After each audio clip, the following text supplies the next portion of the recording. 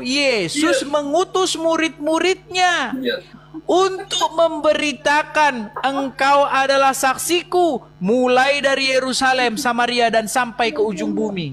Makanya sampai ke Indonesia. Aduh, gimana sih?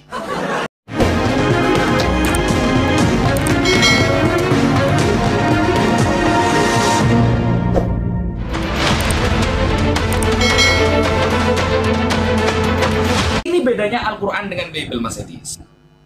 Saya tadi sudah menerangkan, semua para nabi ketika mengajukan tentang tauhid kepada umatnya, mereka akan ditolak habis-habisan. Kan begitu kata saya. Al-Ma'idah ayat 72 sudah saya sampaikan. Kalau kita lihat tentang cerita dari ayat itu, cerita tentang ketika Nabi Isa mengajak tauhid seperti Al-Ma'idah ayat 72, surah Maryam ayat 36, kan sudah saya jawab tadi. Ternyata ditolak, dibantai oleh orang Yahudi.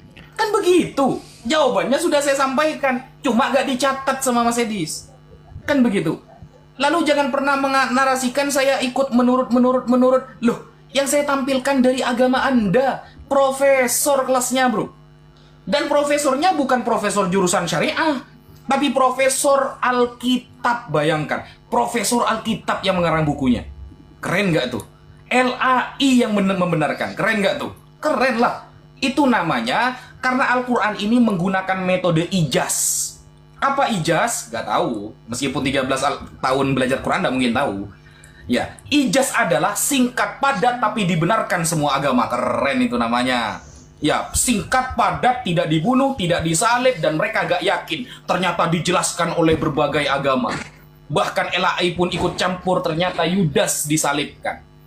Dan bahkan tadi yang saya ajukan di awal bahwa Yesus ya bisa berubah rupa, gak dicatat sama Mas Edis. Gak dicatat sama Mas Edis. Kenapa Yesus bisa berubah rupa? Dan bagaimana kemudian Sanhedrin yang mengajukan pembunuhan itu? Gak dijawab. Gak ada jawaban sampai detik ini.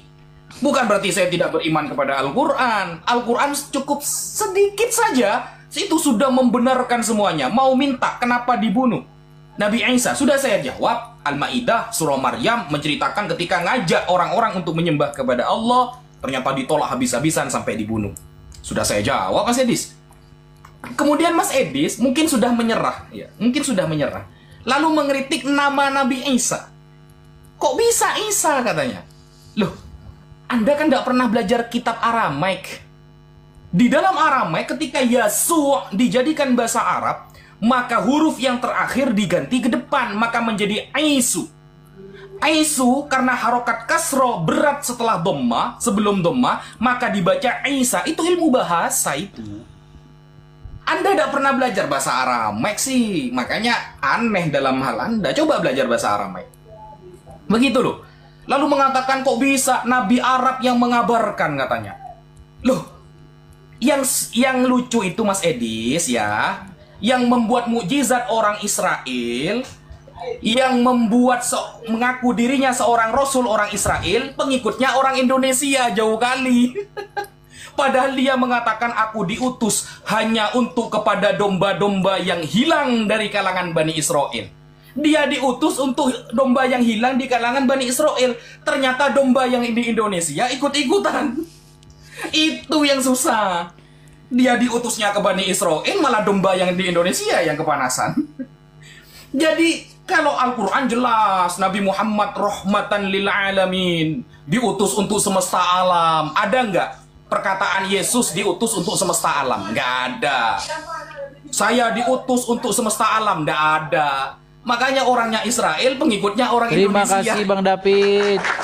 Terima kasih Bang David. Wah, akhirnya kalah dia. Oke, sesi terakhir berarti ya.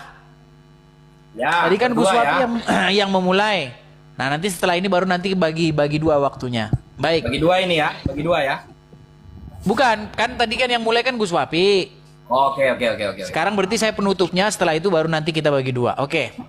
Jadi begini teman-teman ya. Memang tidak salah ya, seperti guru gembul yang debat sama Wapi kemarin ya. Dan kaum muslim bahkan hasil survei membuktikan bahwa memang umat muslim ini adalah umat yang jauh tertinggal dalam segala hal, jauh tertinggal. Ya kan? Karena memang seperti ini teman-teman. Dibilang, kenapa Yesus hanya diutus kepada Bani Israel, tetapi malah orang Indonesia ngikutin katanya. Makanya saya katakan umat Muslim kebanyakan waktu baca Bible, dia nggak baca sampai habis. Waktu nonton bola, waktu skornya 2-0, dia udah simpulkan, oh 2-0. Dia nggak tahu nanti skornya itu ternyata malah 4-2. Nah itulah umat Muslim. Yesus memang diutus hanya kepada orang domba-domba yang hilang dari kalangan orang Israel. Tapi setelah itu Yesus mengutus murid-muridnya untuk memberitakan, engkau adalah saksiku mulai dari Yerusalem, Samaria dan sampai ke ujung bumi. Makanya sampai ke Indonesia. Aduh gimana sih?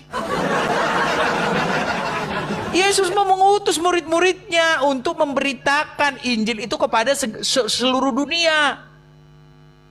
Sampai ke ujung-ujung bumi, beritakan namaku. Gimana? Aduh, makanya inilah saya bilang nonton bola baru 30 menit ya, skornya 2-0, tapi sama dia udah disimpulkan skor 2-0. Tapi gini lah ya, memang sama mereka ini nggak usah yang berat-berat. Kalau yang berat-berat mereka nggak sanggup. Gini, Al-Quran itu saya umpamakan seperti sebuah kitab, seperti ini. Semua orang Indonesia percaya nih, Soekarno itu adalah Presiden Republik Indonesia. Itu tercatat, ya, terdokumentasi, ya kan, jelas. Kalau dirinci orang Indonesia tahu kapan dia jadi presiden, tahu, ya kan. Gimana ceritanya, oh tahu, dia diculik oleh pemuda, dibawa ke Rengas Dengklok, akhirnya begini-begini, membacakan teks proklamasi begini-begini, tahu semua, bisa semua jelasin orang Indonesia. Muncul orang Arab ngomong, Presiden pertama Republik Indonesia bukan Soekarno. Lalu siapa? Pokoknya bukan. Gimana? Masa Anda ingin membantah sesuatu yang sudah jelas, tapi Anda bantah dengan satu kalimat, pokoknya bukan Soekarno, terus siapa dong?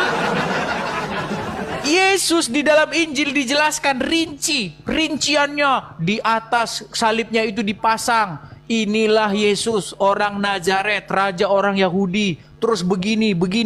Jelas itu rinci. Datang Al-Quran 700 tahun kemudian di Arab Saudi. Di Arab Saudi. Nggak nyambung. Gitu loh. Oleh kumpulan yang katanya disebutkan, Muhammad itu datang di tengah-tengah pada masa fatroh. Masa kekosongan, nggak ada nabi, nggak ada ini. Orang-orang Quraisy, para penyembah berhala di Ka'bah. Gitu loh. Terus ngomongin agama lain di Israel, ya kagak nyambung. Makanya malang, kalian itu malang percaya sama yang kayak begitu. Gitu loh. Sama seperti malangnya orang-orang Arab sana yang percaya Presiden pertama Republik Indonesia bukan Soekarno. Dari mana? Dari wahyu yang kudapatkan di dalam goa. Loh. Sejarah, peristiwa sejarah dibantah dengan wahyu dalam goa. Nggak waras lagi kita, teman-teman, nggak waras lagi. Kita masuk pengadilan, di pengadilan, kesaksian itu bukan dari dalam gua. Gimana sih? Makanya Bible itu nggak berbicara tentang halusinasi. Bible itu berbicara tentang peristiwa yang terjadi di tengah-tengah masyarakat.